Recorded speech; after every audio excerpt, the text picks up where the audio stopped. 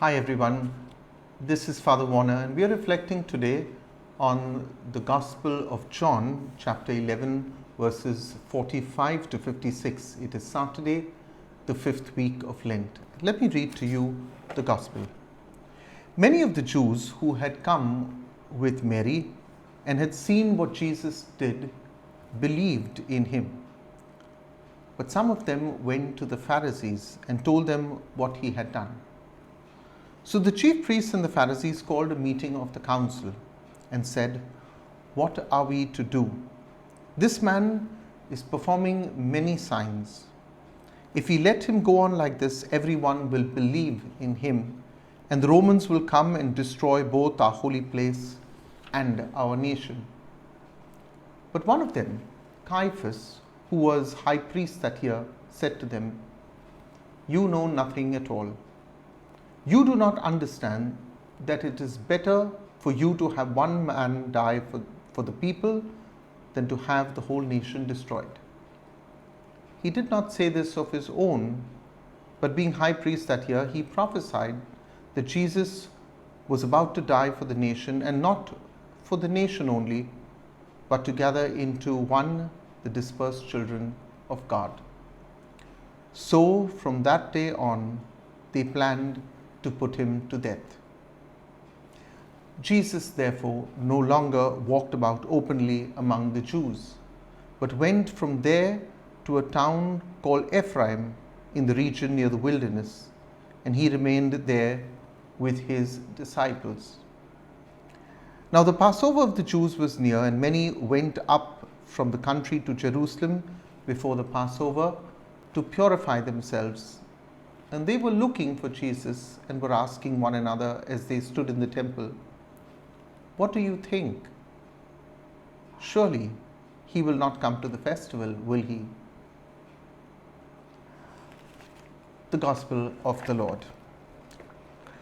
My dear sisters and brothers, if you look at the Gospel of John, almost 45% of the Gospel is dedicated to the passion, death and resurrection of Jesus.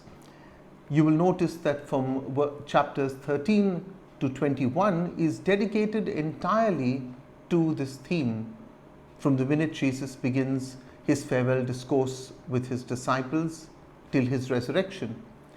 In chapter 12, we are told that he enters Jerusalem and the Holy Week begins.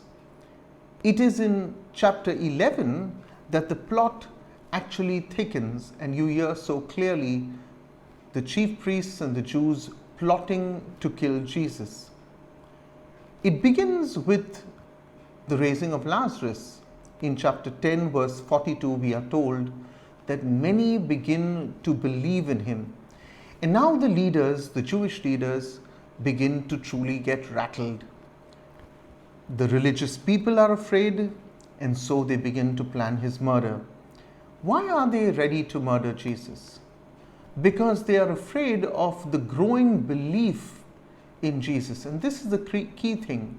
After many of his miracles, you will notice that people begin to believe in Jesus. A few days ago, in one of my reflections, I mentioned that very often we know about Jesus, but we need to know Jesus. The Jews were now moving from knowing about Jesus to knowing Jesus and believing in him. If you look at John chapter 4, verse 41, you will recall that by his words and deeds, Jesus Christ got an entire Samaritan village to start, there you go, believing in him. The belief also spread to the royal household when Jesus heals the royal official's son in chapter 4, verse 50. Then again, in chapter 8, verse 30, Jesus predicts his own death, and many begin to believe in him. In chapter 9, verses 36 to 39, after the Good Shepherd discourse, many begin to believe in him. Then again, in chapter 10, verse 42, after the feast of the dedication, we are told many begin to believe in him. In chapter 11, verse 27, through Martha's confession herself, many begin to believe in him. In chapter 11, verse 45, through Lazarus' rising from the dead, we are told many begin to believe in him. In chapter 7, verse 40, many already begin to acknowledge him as a prophet. And one verse later, we are told that many begin to acknowledge him as the Messiah. I think this was all just too much for Caiaphas and the Jewish establishment. Initially, they must have dismissed him as just some kind of a rabble-rouser with a band of 12 and a few followers. But now Caiaphas begins to see that this was not only becoming a religious problem, but it was also becoming a political problem for him. Why? You see, Caiaphas could have lost his job. Caiaphas' job was ratified or appointed by the Romans themselves, and the Romans had no problem in dealing with insurrection. Each time somebody opposed the Roman authorities, they would have all those who opposed the Romans crucified along the highways. It was like a large billboard that simply said to the whole world, "Don't mess with us." And Caiaphas was fully aware of it. History tells us that Caiaphas held his office from around AD 18 to around AD 36. He held his office as long as he found favor with the Roman officials. And that explains why Caiaphas now gets so anxious. It also explains the remarks that he made in today's gospel. He is not concerned about the Jews. He is concerned about his position. And that is the reason why Caiaphas has to make sure that the Pax Romani, or the peace of Rome, is maintained in Jerusalem at all costs. Caiaphas' words are extremely ironic if you listen to them. He desires to save the nation by putting Jesus to death. Yet history will tell us that in the year somewhere around the year 66 to 70, it was the Romans who came back to put down a Jewish insurrection. And we know from history that 1.5 million Jews were slaughtered by Titus the general, and on this occasion the temple of Jerusalem was also destroyed. Many of St. John's readers, listening to the words of St. John, considered the destruction of the temple as a punishment by God, especially because the Jews and the Jewish authorities would not accept Jesus as the Messiah. The question is, therefore, was Jesus' death purely political?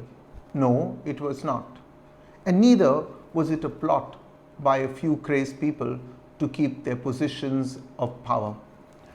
Jesus Christ dies so that the children of God could be gathered together.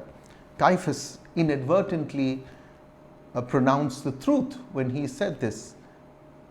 God can use anyone to let his message be spoken. They say very beautifully that clean water also runs through rusty pipes, and God's ways are not man's ways. In today's gospel, the prophecy of God is spoken through a very corrupt man, Caiaphas. And perhaps Caiaphas was not only a rusty pipe, he was a pipe ready to burst completely. What does Caiaphas say? Caiaphas says that Jesus Christ must die, one, so that the nation be saved, and two, that we gather together all those dispersed children of God. Caiaphas was right. Jesus did die for us, and we were all gathered together as one people of God. Tomorrow, my dear sisters and brothers, we begin the Holy Week. And I want to suggest something here to you. Nothing good can come without preparation. Think about it.